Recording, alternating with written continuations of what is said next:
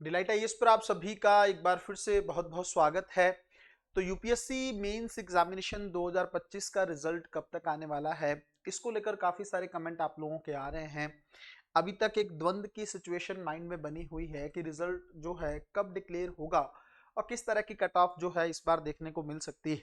थोड़ा सा इस मैटर को लेकर गहराई से बात करने वाले हैं। सबसे पहली चीज तो मैं आपको बताऊं कि यूपीएससी मेंस एग्जामिनेशन जो है 2025 का इस बार 22 अगस्त से स्टार्ट हुआ था और 31 अगस्त तक ये एग्जामिनेशन चला है ना। तो उसके पॉइंट से अगर हम लोग देखें तो कब तक रिजल्ट आ सकता है, तो लगभग 70 से 80 दिन के या लगभग एक एवरेज टाइम पीरियड रहता है। मोस्ट प्रोबेबली 75 डे मैक्सिमम है जब यूपीएससी की तरफ से मेंस एग्जामिनेशन का रिजल्ट डिक्लेयर कर दिया जाता है। अगर हम लोग 2024 की बात करें तो 2024 में जो मुख्य परीक्षा है वो 20 से 29 सितंबर तक हुई थी, है ना।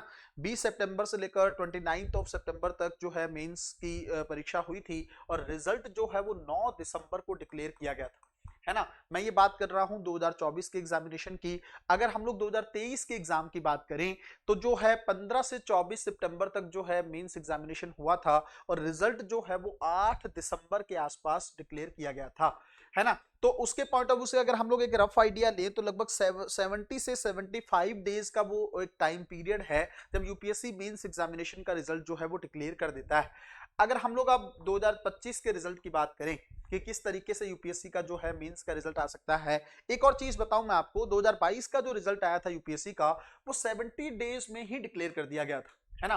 तो लगभग 70 दिन में ही यूपीएससी ने अपनी तरफ से रिजल्ट जो है फाइनल डिक्लेयर कर दिया था। पीडीएफ आप लोगों ने देख ली थी। इस बार का रिजल्ट कब तक आने की उम्मीद है? अगर मैं आपको एक एक डेट की रेंज दूं तो 10 से 15 नवंबर के बीच में इस बार यूपीएससी मेंस एग्जामिनेशन का रिजल्ट आने वाला है। सबसे पहली बात तो आपको इसको याद रखना है। अगर आप उससे भी स्पेसिफिक डेट चाहते हैं तो मेरे हिसाब से लगभग 12 नवंबर के आसपास, 12 ऑफ नवंबर के आसपास यूपीएससी की तरफ से मेंस एग्जामिनेशन 2025 का रिजल्ट अब डिक्लेयर कर दिया जाएगा। तो कितने दिन बाकी हैं? लगभग आज की अगर हम यहां से देखें तो लगभग 10 से 12 दिन का समय और है और तब जाके यूपीएससी का जो पीडीएफ है वो आपको देखने को मिल जाएगा। अब बात यह है, जिन लोगों ने एग्जाम दिया है वो तो बेसब्री से इसका इंतजार कर रहे होंगे क्योंकि वो अपना नाम देखना चाहते हैं और उनको डर भी है कहीं इस बार भी चीजें खराब ना हो जाएं या लिस्ट से बाहर ना हो जाएं। दोनों चीजों को लेकर थोड़ी सी बात करते हैं। कट ऑफ क्या रहने वाली है इस बार? अगर मैं मोटे तौर पर बताऊं तो रेंज तो वही रहने वाली है 700 से 750 के आसपास। इसके बीच में ही यूपीएससी मेंस एग्जामिनेशन का कट ऑफ इस बार रहेगा। बहुत ज्यादा कट ऑफ नहीं है मेंस एग्जामिनेशन के पॉइंट ऑफ व्यू से, लेकिन बात ये ना, कट ऑफ से आपका सिलेक्शन नहीं होता है। आपका सिलेक्शन होता है कि आपने कट ऑफ से कितने ज्यादा मार्क्स लिए हैं, क्योंकि इंटरव्यू में अगर आपके स्कोर अच्छा नहीं है तो आप वहां पे जाके बाहर हो जाओगे, बात वहीं पे जाके खत्म हो जाएगी। सिलेक्शन लेना है तो उसके पॉइंट ऑफ व्यू से आपको लगभग 800 के आसपास स्कोर करना ही होगा। इससे कम स्कोर पे आपको दिक्कत हो सकती है। ये जरूर है कि अगर आपका मेंस क्वालिफाई हो जाता है तो फिर आप इंटरव्यू में इंप्रूव कर सकते हैं। इंटरव्यू में बहुत अच्छा स्कोर करके भी आप सिलेक्शन ले सकते हो। अब बात ये है, कट ऑफ की भी हम लोगों ने बात कर ली। कैटेगरी के पॉइंट ऑफ व्यू से आप लोग देख लीजिएगा। अगर मैं ओबीसी कैटेगरी की बात करूं तो लगभग लगभग 710 5 के आसपास या 720 के आसपास कट ऑफ रह सकती है। अगर मैं उससे नीचे जाऊं एससी कैटेगरी के पॉइंट ऑफ व्यू से देखूं तो लगभग 690 से 700 के आसपास कट ऑफ रह सकती है। तो ये एक रफ आइडिया है जिसके जहां पर मेंस की कट ऑफ जाके रहेगी। अब बात यह है, दो तरह के लोग होंगे। एक वो लोग जिनको सौभाग्य मिलेगा इंटरव्यू देने का, एक वो लोग जो यहाँ से छट जाएंगे, वो बाहर हो जाएंगे। अब डिपेंड करता है कि आप कौन से अटेम्प्ट में बाहर हुए हो।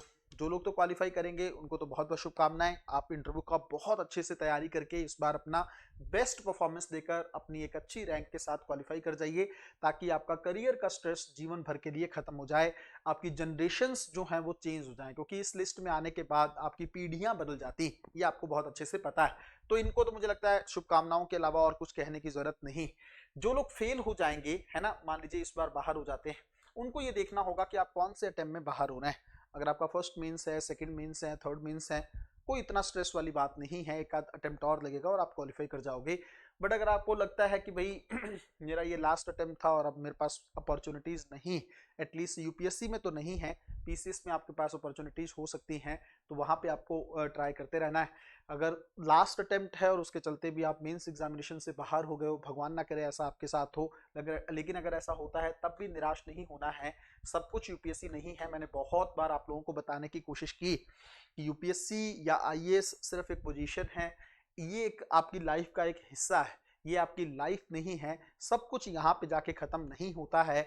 जीवन में और भी बहुत सारी गोल्डन अपॉर्चुनिटीज आपके पास होती, आप उनका फायदा लेके अपने जीवन में आगे बढ़ सकते हैं, है ना। तो निराश नहीं होना है, बार बार यही चीज मैं कहूंगा। रिजल्ट आने के बाद भी मैं आप लोगों से एक बार बात करूंगा, ताकि आपका डिमोटिवेशन के लेवल को खत्म करके आपको हाईली मोटिवेट किया जा सके। अब बात ये आ रही है कि क्या इस रिजल्ट का इंतजार सिर्फ वही लोग कर रहे होंगे जिन्होंने यूपीएससी का मेंस एग्जामिनेशन दिया है, या बाकियों को भी इसका इंतजार है? किन लोगों को जो 2026 के प्रीलिम्स एग्जामिनेशन की तैयारी कर रहे हैं। जैसे ही मेंस एग्जामिनेशन का रिजल्ट आता है तो आपको पता है धीरे धीरे यूपीएससी प्रीलिम्स एग्जामिनेशन 2026 को लेकर भी कहानियां शुरू होने लगेंगी। 12 जनवरी को यूपीएससी का फॉर्म आने वाला है। तो यहाँ से अगर मैं आपको बताऊं टोटल टाइम पीरियड तो लगभग 2-2.5 महीने का समय बचा है, जिसके बाद आपको यूपीएससी का फॉर्म देखने को मिलेगा। कितनी वैकेंसीज आएंगी उसको लेकर हम लोग बात करेंगे आने वाले टाइम में। कुछ प्रेडिक्शंस मैं आप लोगों को बताने वाला हूं, लेकिन ये जरूर मैं कहने वाला हूं कि जैसे ही 12 जनवरी का फॉर्म आ जाएगा तो वहां से आप कुछ खास एक्स्ट्रा नहीं कर पाएंगे। इसका मतलब आपके पास यही 2-2.5 महीने का समय है अपनी सारी चीजों को करने का। कौन कौन सी चीजों को करने का? जैसे ऑप्शनल एक बहुत बड़ा हेडेक है, उसको कंप्लीट करना है, उसको करना होगा। दूसरा स्ट्रेस अगर आप देखेंगे जो आपके लिए बहुत ही ज्यादा जरूरी हो जाता है, वो है आपका जो मेंस एग्जामिनेशन के नोट्स हैं वो आपको प्रिपेयर करने होंगे, क्योंकि वो बाद में आप अच्छे से नहीं कर पाओगे। सीसेट वाली चीज़ें मैं तो यही चाहता हूं कि जल्द से जल्द शुरू कर लो, क्योंकि ये लास्ट के 2-3 महीने में तैयार नहीं होता है, इसको समय लगता है तैयार करने के लिए। जिन बच्चों का मैथ बैकग्राउंड नहीं है, जिनकी मैथ और रीजनिंग पर अच्छी कमांड नहीं है, उनको मैथ को तैयार करने के लिए या इसके अंदर एक्सपर्ट बनने के लिए कम से कम 6 से 8 महीने का समय लगता है। तो अभी भी आपके पास समय है। यहाँ से अगर आप लोग सीसेट को तैयार करेंगे तो बहुत अच्छे से आप लोग लेवल पर अपने लेवल को ऊपर उठा सकते हैं। और कौन सी चीजों को यहां से ध्यान में रखने की जरूरत है? आने वाले 2-2.5 महीने में आप एनसीईआरटी को बहुत अच्छे से रिवाइज कर लीजिए। आपके जिन सब्जेक्ट में आपको लगता है कि आप वीक हो, है ना, उन सब्जेक्ट को पहले उठाओ, जल्द से जल्द उनको कंप्लीट करो, उनके नोट्स वगैरह बनाओ, ताकि वो आपकी वीकनेस से आपकी स्ट्रेंथ के रूप में तब्दील हो जाएं। पहले इस 2-2.5 महीने का समय का इस्तेमाल इसी में करना है। इवन आंसर राइटिंग का जो सेगमेंट है उसको भी आपको ध्यान में रखने आगे बढ़ने की जरूरत। जिन लोगों को नहीं पता है उनको मैं बता देता हूं, यूपीएससी प्रीलिम्स एग्जामिनेशन 2026 के लिए डिलाइट आईएएस पर अंतिम प्रहार बैच जो है वो चल रहा है, ठीक है। और इसका नाम मैंने अंतिम प्रहार रखा है क्योंकि ये सही मायनों में अंतिम प्रहार ही। इसके बाद आपको, मुझे नहीं लगता है यूपीएससी प्रीलिम्स एग्जामिनेशन दोबारा देने की नौबत आएगी। एटलीस्ट मेंस में आपको दिक्कत हो, इंटरव्यू में हो, बात अलग है, लेकिन प्रीलिम्स में तो आपको दिक्कत नहीं आने वाली है इस बैच के बाद। क्या होता है इस बैच के अंदर? एक तो सब्जेक्ट स्पेसिफिक तैयारी मैं करवा रहा हूं, और टेस्टिंग सबसे ज्यादा इसके अंदर इंपॉर्टेंट है। जैसे पॉलिटी अगर कंप्लीट हो जाता है तो उसकी टेस्टिंग को बहुत अच्छे से तैयार किया जाता है। और सबसे खूबसूरत बात जो है इस बैच की ये है कि मैं आपको लास्ट में 1.5-2 महीने का जो टाइम पीरियड रहेगा उसके अंदर मैं ये बताने वाला हूं कि आपको पेपर को कैसे डील करना है। बच्चों को बस वहां पे जाके प्रॉब्लम हो जा रही है। लास्ट के 2 मंथ का जो सेगमेंट चलने वाला है वो बहुत ही ज्यादा रेलिवेंट है 2026 के एग्जाम के लिए। वो अगर आपने सीख लिया तो हर हाल में प्रीलिम्स एग्जामिनेशन आप लोगों का क्वालिफाई होने वाला है। उसमें मैं पिछले 10 साल के पेपर को आपके सामने लाइव सॉल्व करके भी दिखाने वाला हूं। तो वो सारी चीजों का फायदा आप अंतिम प्रहार बैच के माध्यम से ले सकते हैं। पूरा बैच अवेलेबल है, पहले दिन से फीस सबमिट करके आप इसमें जुड़ सकते हैं। बहुत बहुत शुक्रिया आप लोगों का। मिलते हैं अगली वीडियो में, तब तक अपनी पढ़ाई को बहुत अच्छे तरीके से करते रहें। Thank you.